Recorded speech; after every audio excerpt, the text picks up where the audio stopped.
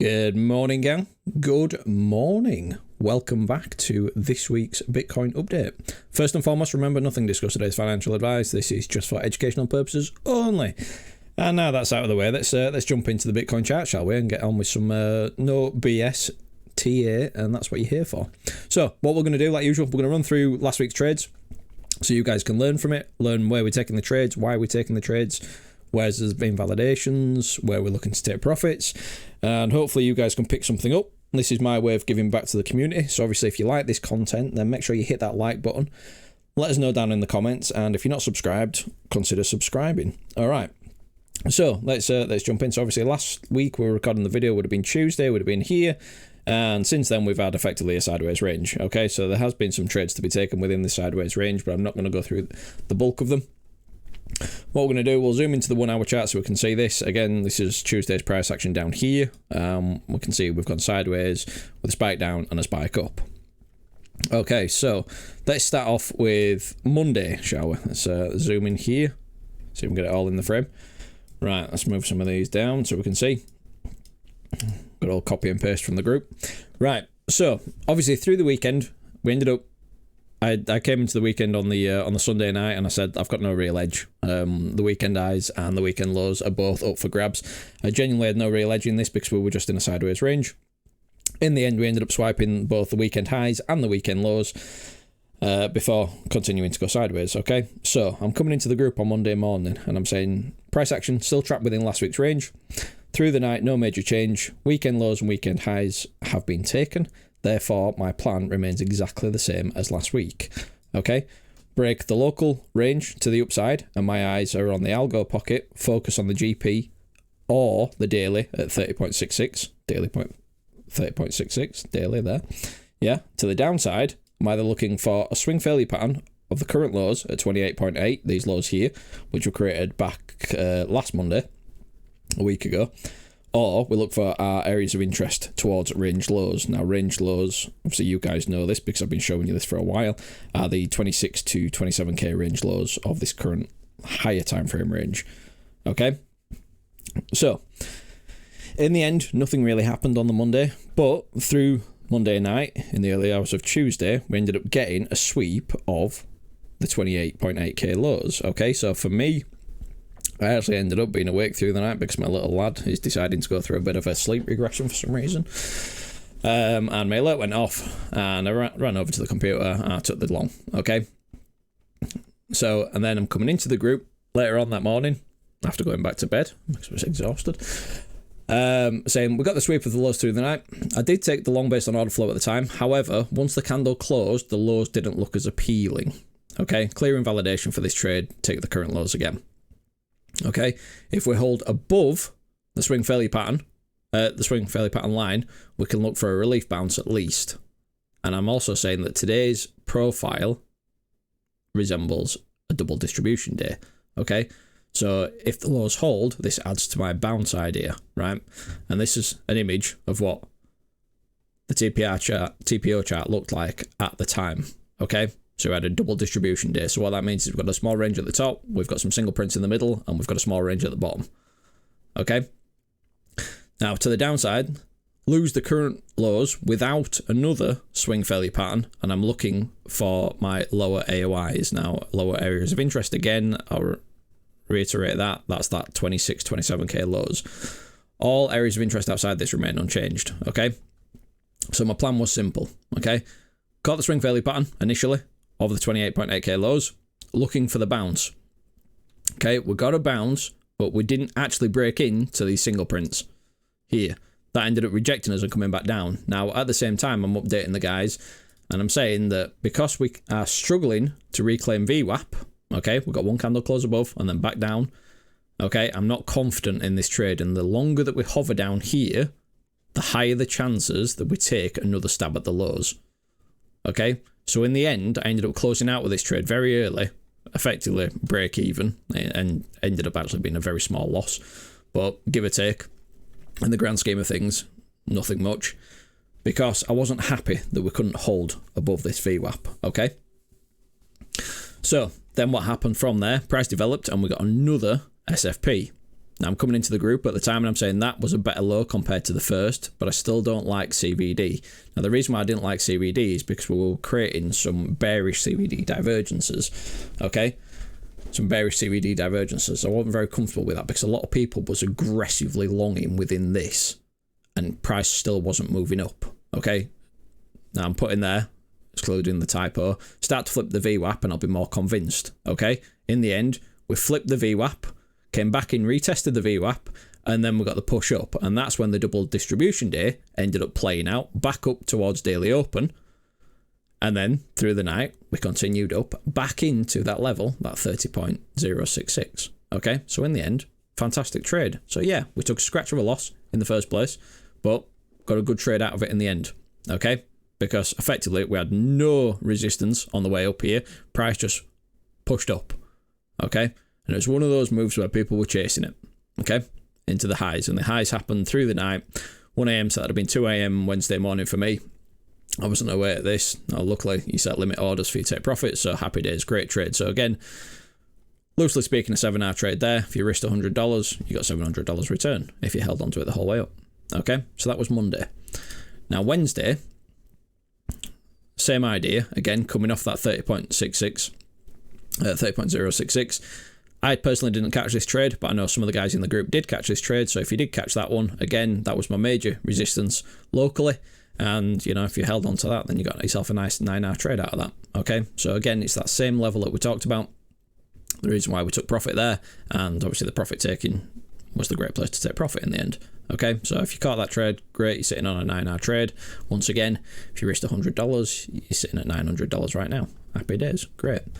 Now, Wednesday wasn't all sunshine, and this is what I want to get into here. I want to talk about this because a lot of influencers and a lot of paid group leaders, shall we call them, don't talk about losses. And if they do take a loss in the group, because obviously it's pretty obvious to see because people tell you where they're taking trades, they won't recap and they won't cover. Now, one thing about me is, and you guys follow me for this reason, is the fact that there's no BS in what I do. Okay, I will happily talk about when I've taken a loss and I will discuss it. Okay, and this is one of those examples. Okay, so from my updates yesterday, for me, we had 2 support zones that could potentially hold. One being this fresh daily, which was at, what's this level here? 29.2, give or take. Okay, and another is a naked point of control lower, which we'll talk about in a second. Okay, because on a volume front, this move up, this was the only sticky zone that we had. This one and one lower. Okay, so what happened was price came down into this, and this was the slow bleed sort of price action into this level. And I'm never a fan of this. Okay, and this is on the 5-minute chart. We can see it's just dripping down. Okay, so I'm coming into the group at the time and I'm saying, remember gang, if this zone doesn't hold, next major region is the previous day point of control. Once again, I need to see a bullish reaction for me to consider longs. So far, no strong reaction at the current daily level, okay? And this is when we just hit it that first time. We had no strong reaction. And then I'm coming back into the group and I'm saying, low time frame market structure break, and I'll get involved. Now, this wasn't a high confluence setup in my opinion. Now, what we did have is we had a very, very, very, very small low time frame market structure break. Okay, very low time frame. So what I'm looking to do then is I'm looking for a pullback to get involved. Okay. In the end, we came back in straight into that golden pocket. There was damn it perfectly, and we got a bounce. Okay, but that bounce then failed to take out these highs. Okay, couldn't get back above it. Now I wasn't watching this in real time. Okay, I'd gone downstairs to have mealtime with the family and my little boy. But in the end, I came back to my desk and we'd gone straight through my stop loss. So down 1 hour. Okay. So what I'm planning on doing from there is then updating the group about this trade. Okay. And again, this is where there's no nonsense with me. Okay. There we go, team. So a great example of a lower probability trade, in my opinion. One that I took and one that I lost. Okay, the reason why it was a low probability trade is because this region was a lower confluence zone. Realistically, we only had 3 points of confluence. We had a daily level, we had monthly open, and we had a small high value node, or high volume node, sorry. Okay, initial bounce did break some structure, but as mentioned above, not a strong structural break. And as we saw there, only a couple of wicks above. Price came back into the algo pocket, had a nice reaction, low time frame, 5-minute chart. Price then failed to take previous high, and the result, price dropped straight through the level. Okay, so this is just me being straight up. There you go. I took the trade. This was the trade that I was looking at. Took the trade and I got stopped out. Okay, was I upset by this? Not at all. Not at all, because as a trader, we've got to take losses. And this is something that a lot of influencers and a lot of trading gurus, or the fake gurus, shall we say, won't talk about. They won't talk about this. Okay, but I'll openly break it down in the group. Okay, the reason why this didn't play out in the end was because it was a lower probability trade. Okay, but in my opinion, it was still worth it because statistics show that these do play out still. Not always. Again, it's a game of statistics, probabilities. In the end, came back through, came back up, retested it, and then hovered back around it. Okay? So this does happen, and you've just got to be prepared for this. The money might sting, the loss of money might sting. At the end of the day, as long as you've got strict risk management, it's 1R in the grand scheme of things. I've already made way more than that this week in the trades that I've shown you. Okay? So in the grand scheme of things, that's fine. But what's harder to understand is taking a loss and being wrong. Okay? As a human emotion, it's very hard to accept when you're wrong. Okay? And that's something you've really got to work on. And if you struggle with that, then you've got to correct it. You've got to correct it, otherwise this is going to hurt. You might be fine with losing money, but are you fine with being wrong? Okay? The market proved you wrong. You've got to be fine with that. For me, it makes no difference because I know that my winners will outweigh my losers. So therefore, that's the mindset that I hold. Always got to remain positive. Okay? Don't let losers knock you back. But again, it's me just being transparent with you guys, and you can see what happens. The life of trading. It's not all wins. Okay, so what am I looking at next? Right, well, low time frame. Let's do a quick one on that. Low time frame. If we start to roll over here, didn't mean to do that. If we start to roll over here, the last point of support that we've got is this naked point of control down here. Roughly 28.8, 28.9. Okay, if we start to lose that, then we can be looking at taking out these lows. Okay, so that's first and foremost. Now, if we zoom out and we look at this, now we'll draw on the same ranges that we've been looking at last time, which is this range here.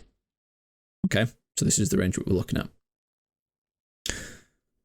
If we do lose that point of control back below us, then we can be looking at this inefficient move being backfilled in. And then I will be looking back down at these lows. And again, you've seen that on the updates that I shared with the group, around 26 to 27 sort of K. Okay, this sort of region. So there's a sticky zone here. Now, if you're bullish and this holds, then you want to see a sign of strength down here. Not catching the first wick. You want to see what happens. You want to see how price develops. Okay, everyone seems to be in a rush. Okay, price wicks into a level. Everyone thinks that you've got to buy that wick and you've got to catch it. But realistically, you could just wait for a pullback and get in on the pullback. It's patience. But it's a lot of people struggle with patience when it comes to trading. So what they'll do is they'll just try catching this wick all the way down. By the time it gets to the bottom, they're already down so many R, it's unreal. So they finally catch a winning trade, and that trade's got to run miles just to get the money back. Okay? And yet, people like this think that they're profitable traders.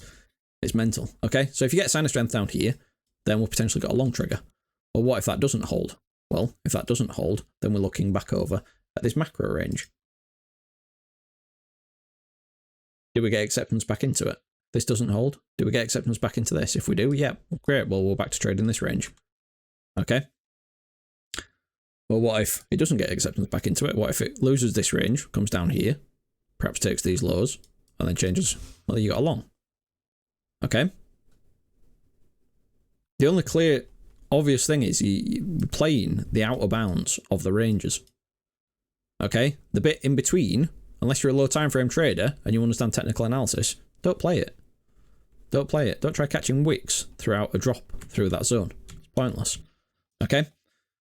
So that's to the downside. Either this holds or we're looking at range lows.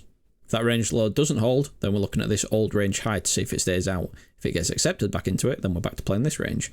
To the upside, the ideas are still the same. Okay? Still the same. We've got just above us this key level.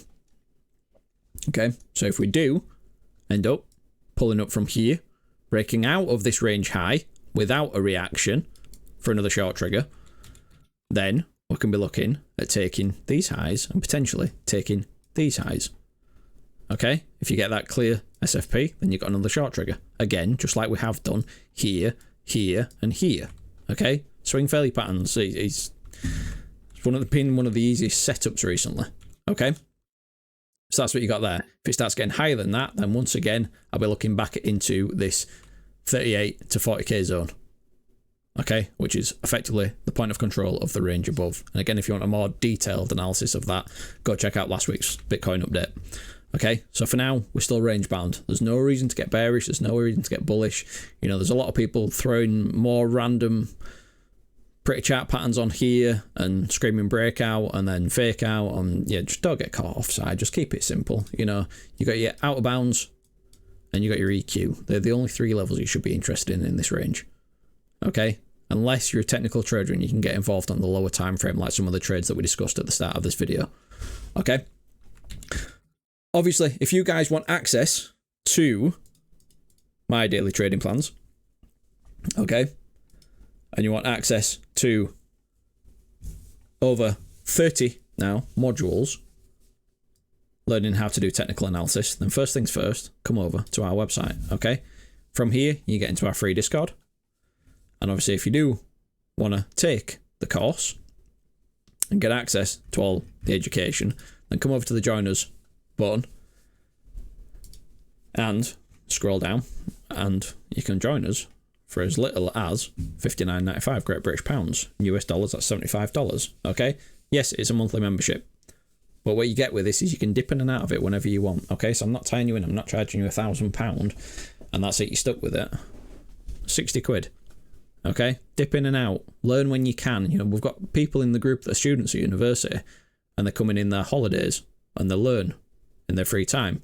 You know, we've got other people that work full time and they've got demanding jobs or demanding family time. Okay, so they can dip in and out whenever they want, and that's why I'll never charge you a fortune for one of these courses because you just don't need it. Okay, so you get access to all the modules and you also get access to my trading plans. Along with the modules, you will also get access to our chat and chill streams. Okay, so our chat and chill stream, the most recent one we did was Tuesday this week, and I talked about my swing trade ideas and my low time frame ideas and went over my high time frame Elliott wave counts. Okay, talking about whether the low is in, whether the low is not in, and what we can do about it and how we can trade it. And I also cover Forex and stock indices. And if you did watch last week's video or the weekend, the video before that, you'd have also got an awesome short setup on the S&P, Nasdaq, and the DAX as well this week. I'll be posting those on Twitter later, so you'll be able to see the update on those. Okay, so if you liked today's content, don't forget to hit that like button. Let us know down in the comments. And until next time, gang, as you were. Bye-bye.